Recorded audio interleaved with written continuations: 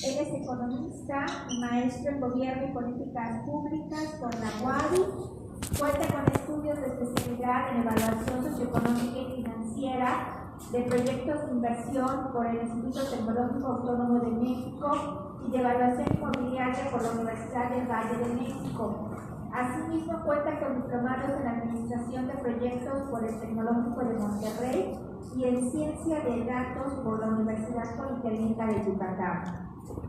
Se ha desempeñado en el sector público estatal por más de 16 años en la Secretaría de Planeación y Presupuesto, la Secretaría de Administración y Finanzas y en la Secretaría Técnica de Planeación y Evaluación y el Instituto de Movilidad y Desarrollo Urbano Territorial. Su actividad se ha enfocado en las áreas de planeación, desarrollo territorial, evaluación, gestión de proyectos, de inversión e implementación de proyectos, enfocándose en los últimos años en proyectos de transporte. Actualmente es director técnico del sistema. Tiene como una de sus actividades prioritarias el diseño, la modificación y la programación de rutas de transporte público. Así que prácticamente hagan sus pedidos, tómalos, porque aquí tiene la persona que diseña toda la estrategia. En la academia ha sido profesor de asignatura de la UADY desde el 2010, impartiendo la asignatura de Financiamiento y Teorías del Desarrollo Económico Regional, que es la que da el diseño del hábitat a nivel de licenciatura, y de la misma forma ha impartido materias a nivel de licenciatura y posgrado en la Facultad de Economía. Entonces, démosle la bienvenida al maestro que nos va a hablar de la digitalización del transporte público, pues el caso del VAIDE.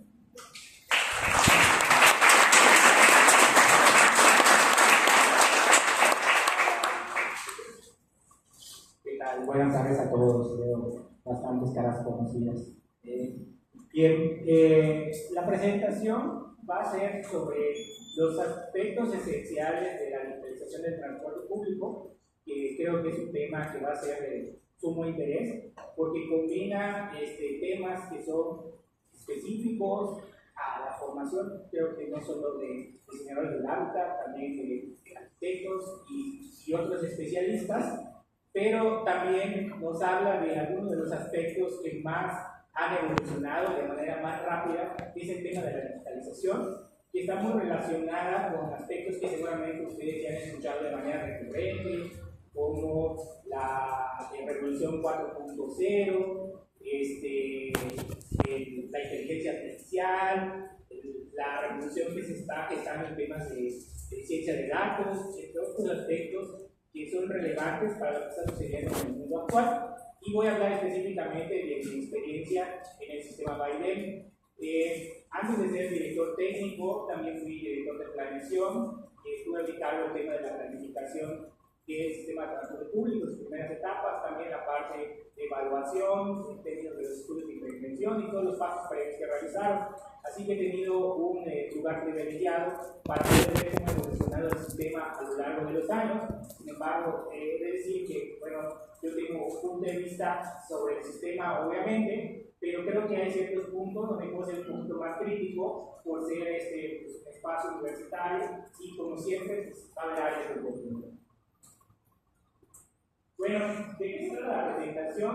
En principio, hablar de qué significa digitalizar el transporte público, por qué digitalizar, cuál es el proceso de digitalización en Mérida, cómo se procesan los datos, para qué sirven los datos y, sobre todo, hacia dónde vamos. ¿Y qué significa digitalizar? Recientemente hay un reporte que recomiendo que lean, que es un reporte que precisamente se llama Digitalización del Transporte Público. Es un reporte producido por la SEDATU y GIZ en torno al programa Transit. El programa Transit es un programa financiado por la Agencia de Cooperación Alemana GIZ, donde ha apoyado a ciertos sistemas de transporte en el país que resultan promisorios en la posibilidad de generar un impacto positivo en la sociedad.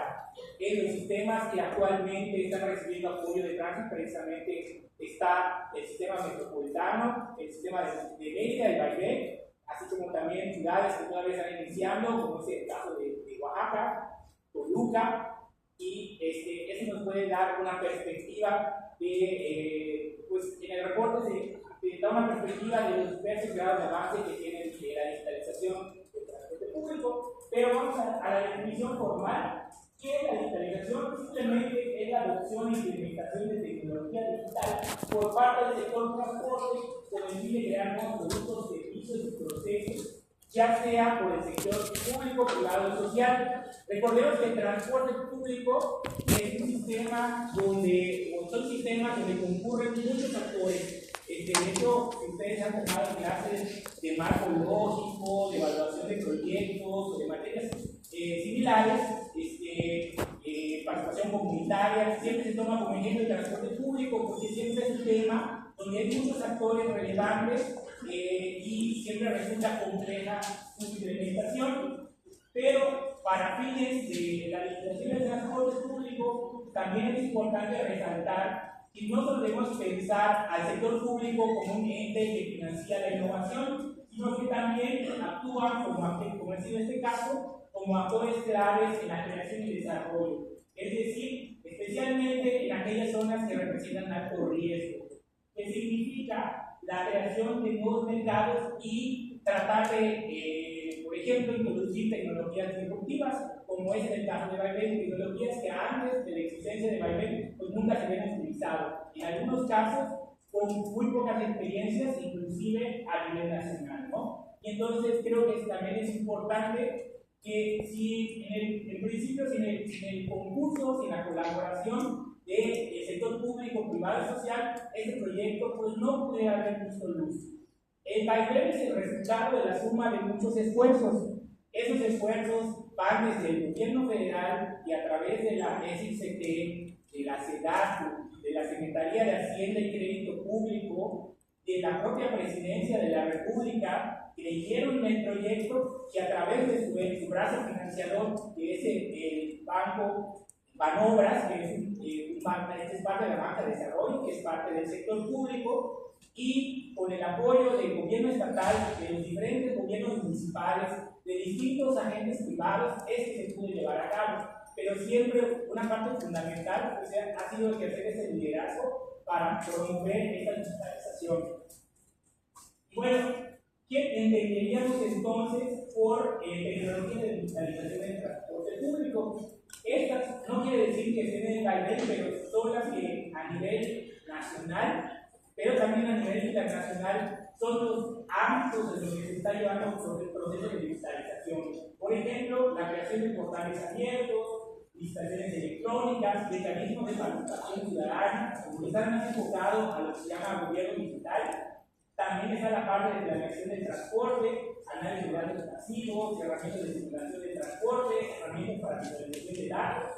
La operación del transporte, herramientas de gestión de la operación, tecnologías vehiculares, seguridad del usuario, seguridad vial, servicios de emergencia y soluciones en interacción con personas usuarias, como son los servicios de información, métodos de pago y validación, planeadores y planificadores de viaje, que si bien hoy por hoy en la app tenemos ciertas herramientas incipientes en ese sentido, ha seguido desarrollando otras herramientas, o más bien a lo largo de la experiencia que existe a nivel del mundo, hay experiencias muy interesantes de cómo las aplicaciones pueden acercar la información de los sistemas de transporte público a los usuarios. Y bueno, no se alcanza a leer del todo, pero este es un reporte que todavía está en revisión final, pero del cual también formamos parte. Otro de los actores claves que nos ha apoyado en el proceso de digitalización del transporte público es el IPDP.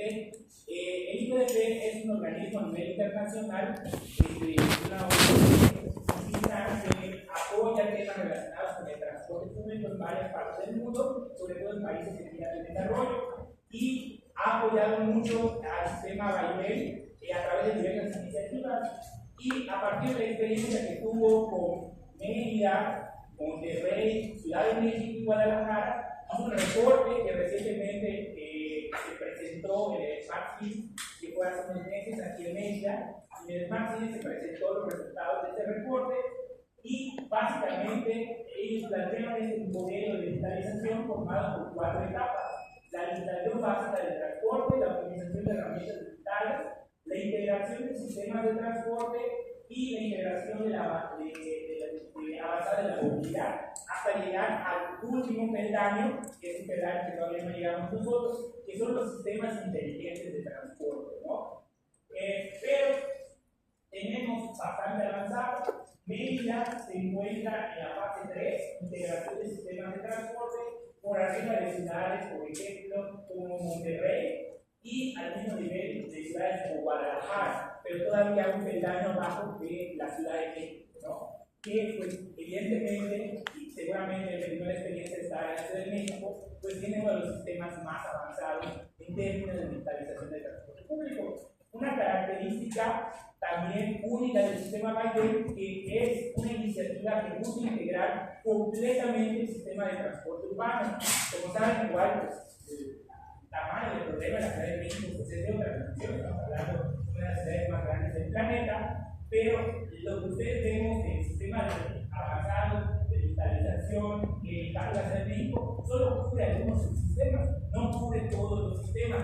Ustedes recorren algunos kilómetros hacia el interior, se van hacia el Estado de México, hacia otras zonas, pues evidentemente no tienen las mismas características del transporte, pero sí que servicios como el Metrobús, por ejemplo, es uno de los sistemas BRT que para nosotros ha sido una referencia siempre y hemos recibido mucho apoyo por parte de ellos, conociendo de primera mano sus experiencias, darnos consejos de lo que podemos hacer también por acá, ¿no? Y ya en otro nivel, en fase 4, se encontrarían en Latinoamérica ciudades como Santiago de Chile o Londres, en el Reino Unido, que siempre han sido referentes en términos del transporte público, ¿no?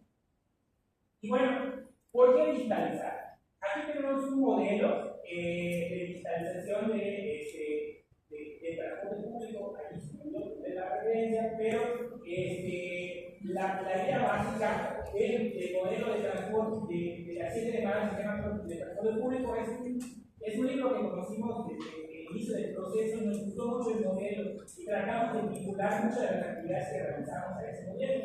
Y básicamente el planteamiento es que el transporte público tiene que irse más allá del enfoque ingenieril, que bueno, llevar una persona de un lado a otro, balancear la oferta con la demanda, pero tiene que responder a ciertas preguntas que permitan la plena satisfacción del usuario, como hacia dónde quiero ir, me lleva a donde quiero ir, buen uso, hacen buen uso del tiempo, hacen buen uso del dinero, me respetan, puedo confiar en él y me da libertad para cambiar mis planes.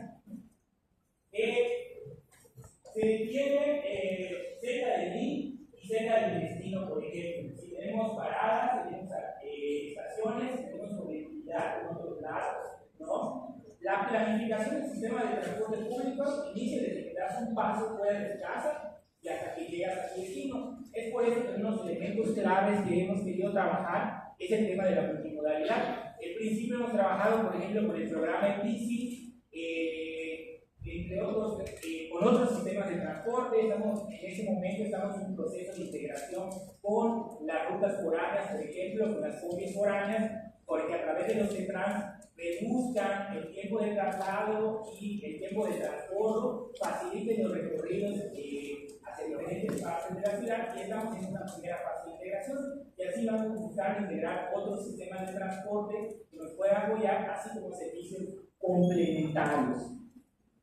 El tema de la frecuencia es clave, la duración, cuánto tiempo se pierde en el trayecto, civilidad, seguridad, amenidad, limpieza, que el viaje sea realmente cómodo. Hay un aspecto que sucede en todas las ciudades del mundo, el tema de reducir los tiempos de traslado, por lo menos durante el tiempo que está dentro del autobús, es un poco complejo, porque depende de muchas variables del entorno. Nosotros constantemente estamos optimizando el tiempo de duración de los ciclos, es decir, el tiempo de duración de todo el viaje, tanto de centro a barrio como de barrio a centro. Y lo que hemos encontrado es que Mérida cada vez es una ciudad más compleja. Hay circuitos como periférico que tienen tiempos de ciclo distintos cada hora. Es decir, te haces un tiempo a las 6 de la mañana, te haces un tiempo distinto a las 7, a las 8, a las 9, a las 10. Entonces, programar un servicio que constantemente está cambiando, muchas veces por condiciones de congestión, accidentes, lluvias, es un sistema altamente complejo. Y pues eso nos lleva a ciertos retos, pero también hay que pensar en la experiencia dentro del autobús, que sea lo más amable, lo más amena posible, el acceso a internet, que sea cómodo, el aire acondicionado, o te pueda resolver otras cuestiones relacionadas, como es que tengas a la mano ciertas amenidades que faciliten tus traslados, ¿no? Bueno, también el tema de la tarifa es un tema muy importante. Nosotros, para poder definir la tarifa de la ley, hicimos muchos estudios de disponibilidad a pagar para definir la tarifa final, y a partir de esa tarifa también hicimos varios estudios validando si realmente lo que la persona está dispuesta a pagar pues está relacionado con el servicio que recibe. Y esa pregunta nos la seguimos haciendo constantemente, pero nuestro enfoque es más de cierto tema, de ajustar cierto tema tarifario. Nuestro enfoque es más bien cómo le podemos dar mayor valor agregado al usuario, ya sea facilitando transbordos, reduciendo tiempos, haciendo cierto tipo de promociones, etcétera, que todavía son cuestiones que todavía están en ciernes. Y bueno, más allá de eso, también es importante, que es un elemento difícil de cuantificar, pero es muy relevante para nosotros, que efectivamente la unidad esté cuando te la ofrecimos. Es un reto constante que tenemos que ir resolviendo, y cada vez buscamos incorporar más tecnología para que eso sea así. Y por último, si existe cambio de planes, ¿qué opciones te estoy dando? Recientemente estamos estudiando esquemas de transporte ajustado a la demanda. Ya tenemos unas primeras rutas. Ustedes no sé si han utilizado la ruta Leones, la ruta GNC, Tren Maya, que son, vamos a decir, funcionan similar a un shuttle, que son bajo demanda. Queremos dar un paso más, y a que a través de las aplicaciones la posibilidad de programar ciertos viajes, etcétera, no es algo distinto a lo que sea en otra parte del mundo, sí sería un innovador de lo que se hace en el país, pero creemos que es posible, y obviamente pues nos vamos a llevar nuestro tiempo, pero creemos que hacia el futuro es una posibilidad muy real que haya una mayor integración entre la oferta y la demanda, conociendo de antemano cuáles son los deseos de viaje de los usuarios. Y bueno, ¿dónde nos encontramos? Y ante eso, pues, lo primero que les quiero mostrar, bueno, que obviamente el componente tecnológico solo es una parte del sistema. Hay muchos otros elementos dentro del sistema. Estos son los ejes integradores. Los ejes integradores se definen porque la mayor parte de las rutas recorren una gran cantidad de kilómetros dentro de ellos. Como ustedes saben, pues, las rutas cubren prácticamente toda la ciudad, pero estos ejes son fundamentales porque muchas rutas convergen en ejes esenciales, y ahí hemos desarrollado distintos tipos de infraestructura, que inclusive esta infraestructura es compartida, como son los carriles confinados, que no son exclusivamente del Jetram, sino también de otros autobuses, ¿no? Y contamos con tres tipos de autobuses. Los autobuses dicen que los tenemos desde 12 metros hasta los más pequeñitos, que todavía de 9 metros, y hay otros de los eléctricos, igual van aproximadamente de los 12 metros al famoso mini vaivén, ¿no? Que tiene 6 metros, ¿no? Y también los híbridos, son autobuses de 10.5 metros, son autobuses intermedios, y recientemente, muy probablemente para el mes de octubre y noviembre, se van a incorporar los primeros autobuses de 18 metros, que son los autobuses articulados, ¿no? Esos van a ser completamente eléctricos y están pensados para atender la demanda cada vez elevada del circuito periférico.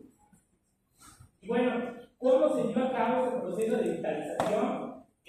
Pues básicamente es un proceso que llevó muchos años. De hecho, la iniciativa de digitalizar el transporte público no es una iniciativa nueva. Yo al menos he escuchado esta iniciativa desde al menos unos 14, 15 años, ¿no? Así que es una idea realmente nueva.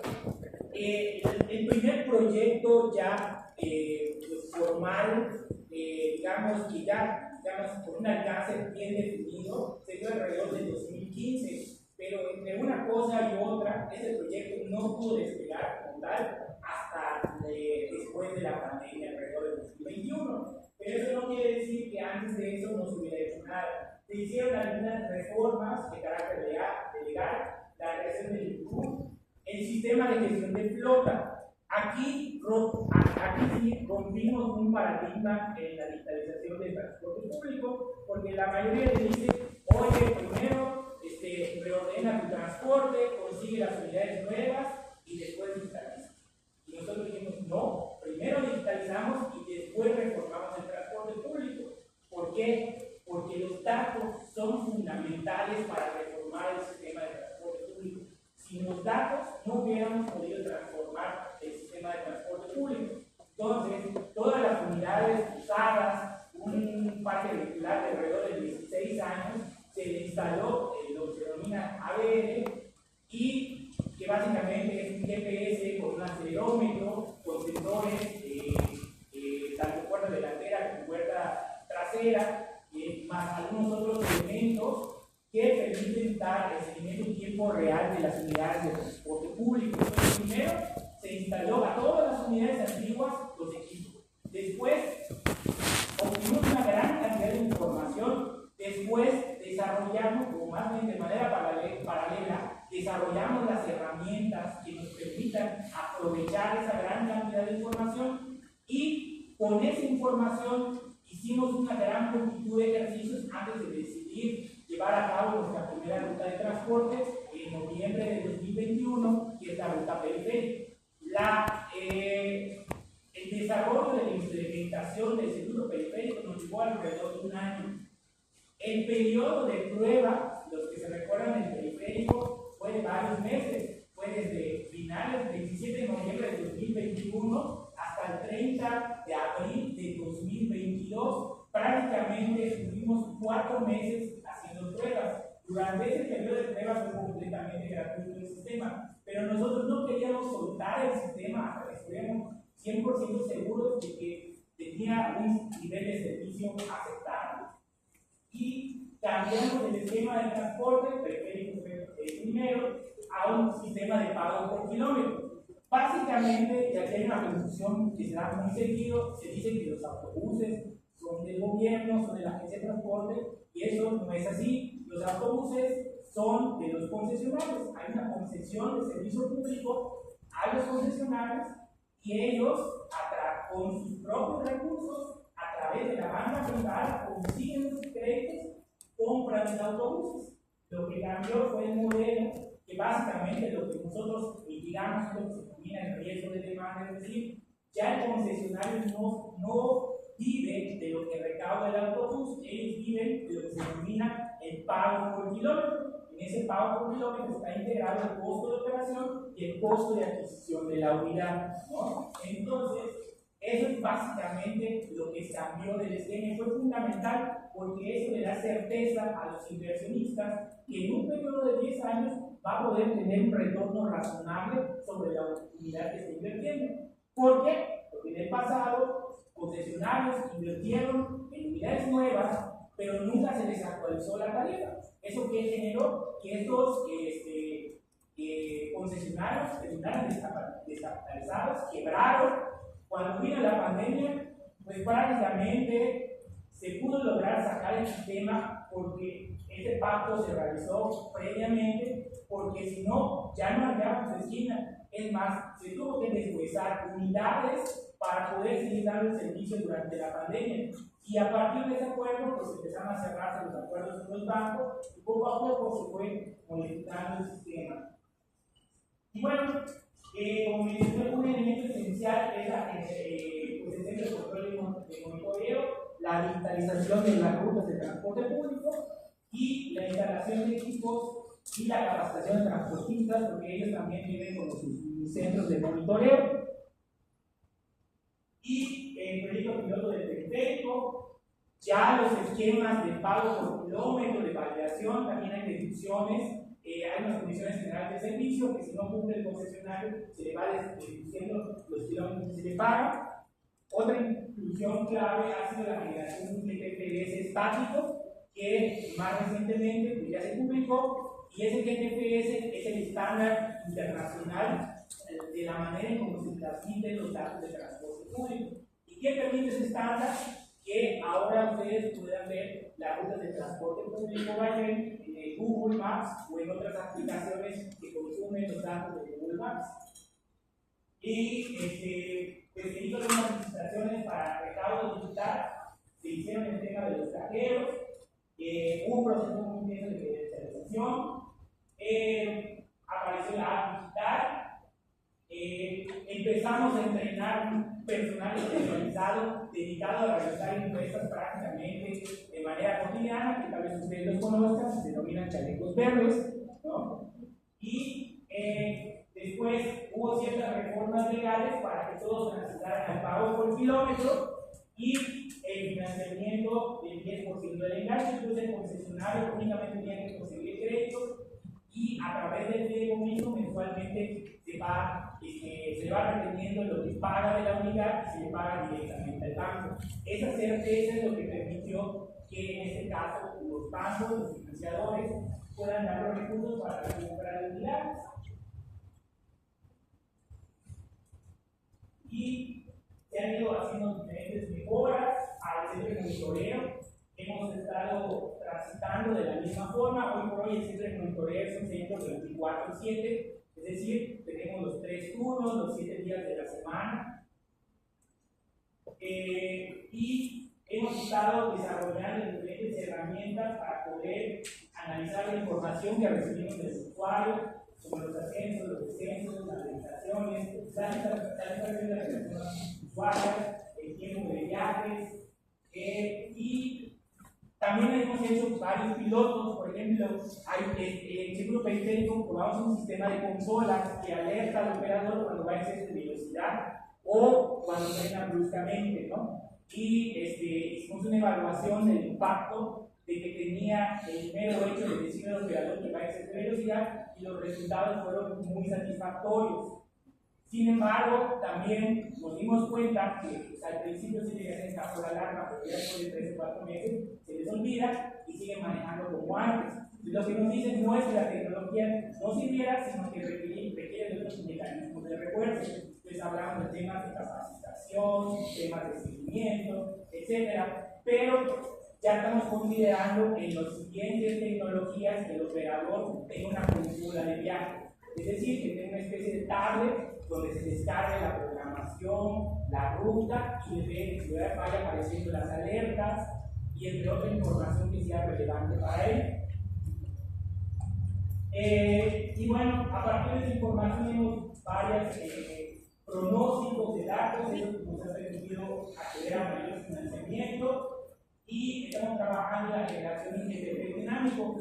La verdad no sabemos cuánto tiempo nos lleve, pero sí es una meta para nosotros que algún día la información que tienen del funcionamiento de las unidades sea fácilmente accesible a través de un API, por ejemplo. Es decir, que a través de un API de Google Maps o de otro, ustedes pueden saber en tiempo real la ubicación de las unidades y dar espacio para que también en el futuro un ecosistema más amplio de desarrolladores pueda conectarse con la información que nosotros generamos, porque sabemos que, como mencioné al principio de la innovación, pues si bien el Estado ocupa un lugar primordial, pues no es el único que tiene muchas ideas, muchas innovaciones y que puede aportar al sistema.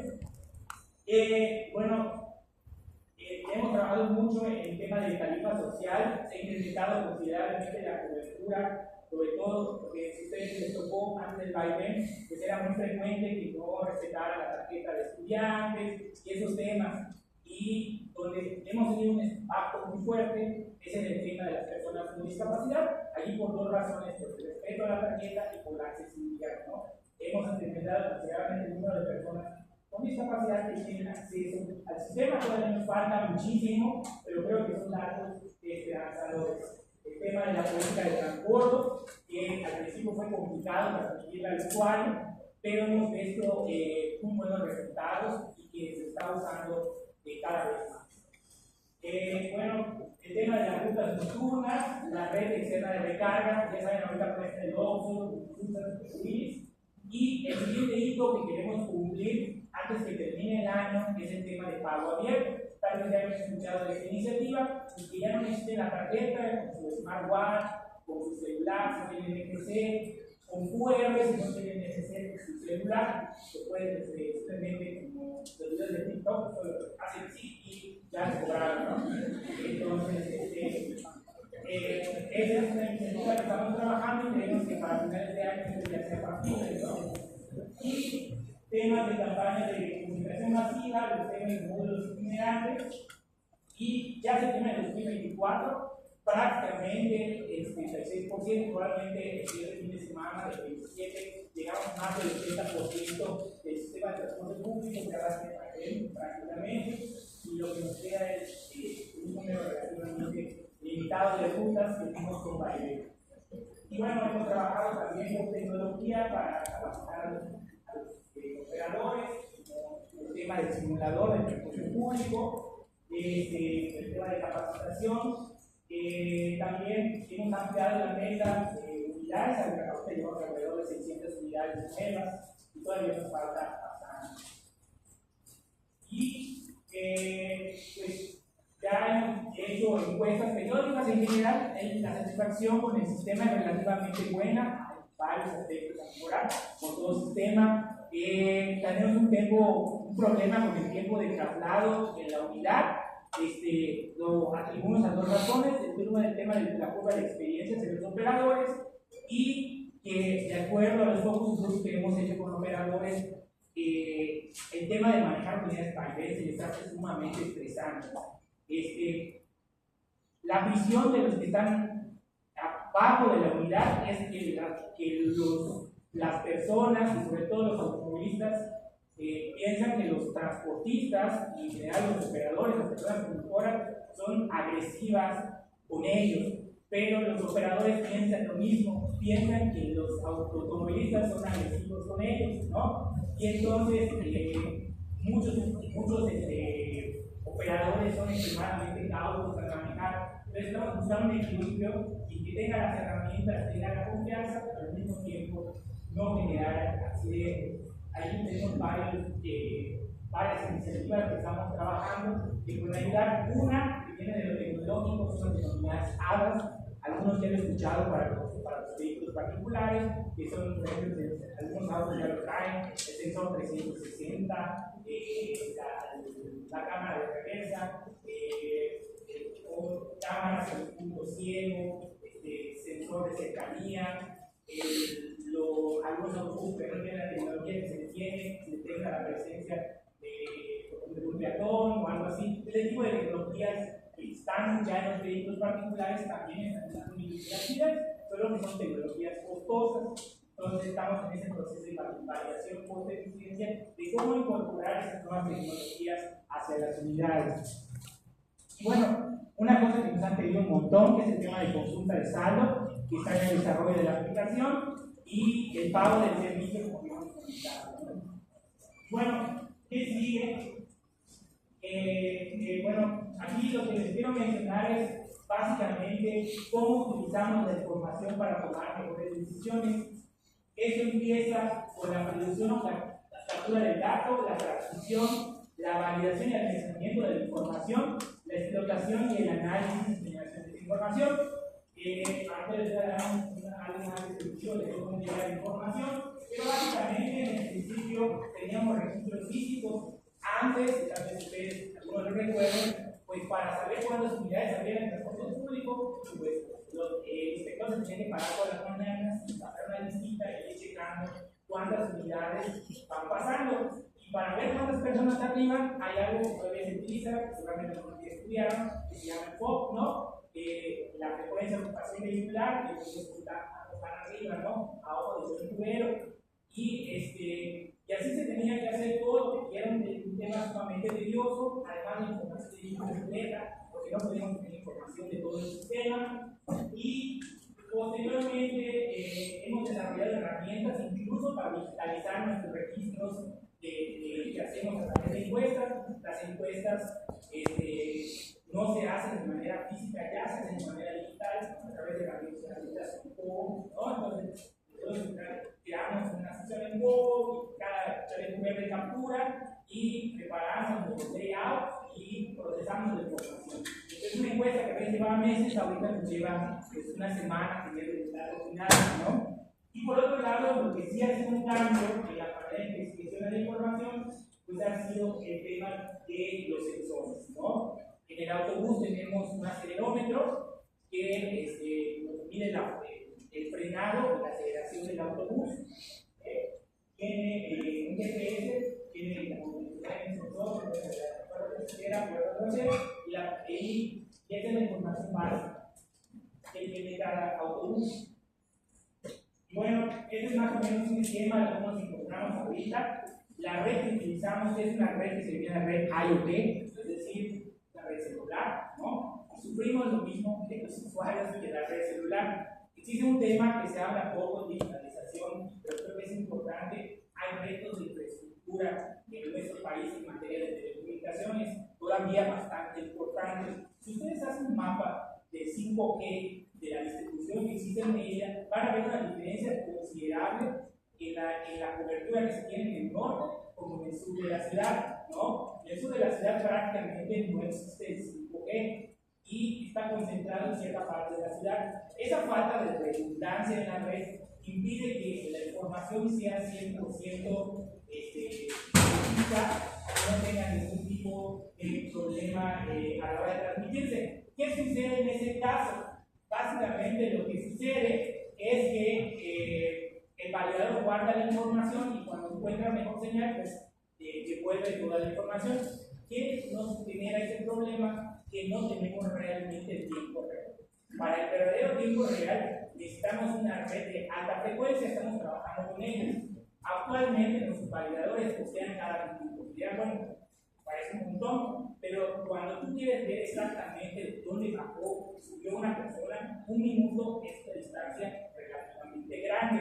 Entonces hemos estado trabajando en cómo mejorar la cobertura, tener mayor posteo de los datos y tratar de llegar, si no al tiempo real, lo más cercano al tiempo real, que son unos minutos de diferencia con respecto a lo que sucedió en el hecho.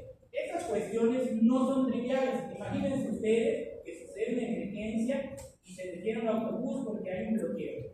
Y le dice, le pregunta el concesionario, dice tu Antonio, ¿por dónde me voy? Si eso tarda 10 o 15 minutos de suceder y si el proceso de decisión tarda 2 o 3 horas, pues ya no le resolviste nada a la persona. Entonces, desarrollar ese proceso, primeramente a través de protocolos y después convertirlos a sistemas inteligentes, es el reto que tenemos ahora. Y bueno, hay unos validadores azules que creo que ustedes ya vieron. Los validadores azules son los que van a sustituir a los anteriores y los que van a permitir el pago abierto, es decir, con tarjetas de crédito, débito, smartbanks, etc. Y estamos trabajando también en las encuestas a través de las unidades y entre otras iniciativas.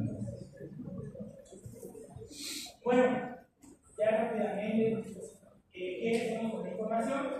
Diariamente, yo tengo que ya no me corresponde, pero el área de planeación le corresponde diariamente mandar la información del resultado del sistema del día anterior. Entonces, mi jefe puede tener datos de lo que sucedió en el día anterior y cada semana un cómputo de todo el sistema. Hoy por hoy, el sistema Valpec mueve alrededor de 345 mil usuarios, cuando el total de usuarios de transporte público en autobús es de alrededor de medio millón. Y tenemos un IPK en la semana anterior de 2.13. No es nuestro IPK ideal, el IPK ideal es 2.5, pero creemos que vamos a un buen camino para llegar a la media, ¿no? Un tema muy interesante es cómo optimizar fines de semana, ¿no? Que es un tema recurrente en todos los sistemas. ¿Qué sucede? Si nosotros ajustamos la oferta a la demanda, pues probablemente los usuarios que sí utilizan el sistema van a experimentar intervalos de paso muy elevados. Eso significa que hay incluso usuarios que no se van a subir a la unidad, van a buscar otro medio de transporte y eso también tiene que optimizar. Entonces, ¿cómo mediar esto? Es uno de los retos hacia el futuro.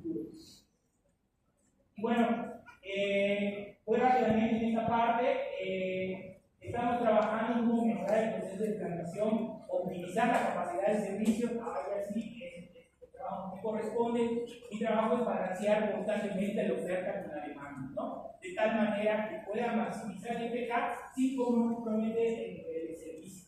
Es una actividad de carácter cotidiano. Mejorar la satisfacción del usuario a través de las encuestas, calcular patrones de movilidad, ahorita les voy a mostrar unos ejemplos, y buscar toda esa información, comunicársela de manera más eficiente al usuario. Ejemplos de lo que realizamos pues son mapas 3D, heatmaps de ascenso y descenso para conocer la ubicación de las personas en los paraderos y poder calcular lo que se denomina periodo de carga, no se realiza muy bien, pero mientras más parece que se está incendiando, quiere decir que más usuarios hay un periodo de carga, hay más usuarios arriba del autobús, eso es se puede mejorar. Y mucho, pero también hacemos análisis de origen-destino, gracias a la idea de las tarjetas, podemos identificar los viajes secundarios, y eso nos permite la posibilidad de la creación de las rutas express. Sin los orígenes destinos sería prácticamente imposible crear rutas express como las que se están probando. No es una herramienta perfecta, pero nos ayuda mucho a tomar mejores decisiones. Y bueno, recientemente he estado trabajando con la incorporación de simulaciones, un simulario de programación para calcular líneas de variables y tratar de ver cuáles son los mejores escenarios de la programación de rutas y la predicción del número de usuarios en rutas donde no tenemos información a través del modelo psicométrico, porque la verdad es que hacer encuestas a pie es extremadamente caro y cada vez más caro. Yo creo que para bien, ahorita si le dicen un encuestador, hoy te pago son visuales, entonces, para nosotros es un problema. Pues, ¿cuál es la solución? Mediante la tecnología, capacitar el personal, recurrir a otras opciones y entonces pues estamos buscando más soluciones para que sea más numeroso y tener más información. Y bueno, ¿hacia dónde vamos? Pagos 100% electrónicos, sin importar si son unidades nuevas usadas. Estamos haciendo un balance de cuál es el momento óptimo de lograrlo, pero es una meta para nosotros llegar a un sistema 100% electrónico. Sería el único en el país, ningún sistema es 100% electrónico, un sistema integral de transporte. Nos han dado el caso anteriormente que es un caso particular, que algunos sistemas no son 100% electrónicos, pero queremos que sí es posible llegar al 100%. Incremento de la flota eléctrica, la incorporación de estaciones de RT, donde vas a poder primero pagar y después ingresar a la unidad. Centros de transferencia modal, que se acaba de inaugurar uno en el oriente de la ciudad, y como mencioné, nuevas capacidades de procesamiento de datos. Yo tengo la confianza que se puede lograr un equilibrio de tener mayores capacidades analíticas y no crecer tan desmedidamente en términos de recursos humanos. Porque los recursos humanos se han especializado. ¿Por qué? Porque el costo debería ser el de la operación y el costo administrativo debe ser un pequeño porcentaje con respecto al costo total. Y bueno, los que había comentado de que en la nueva generación pues va a haber una computadora de a bordo y vamos a empezar a experimentar con sistemas de a bordo. Bueno, eso es básicamente mi presentación. Quedo a sus órdenes para cualquier duda.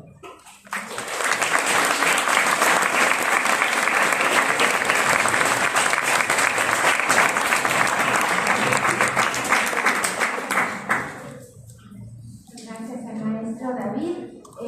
Vamos a ver si hay preguntas, por favor. Ahí, adelante.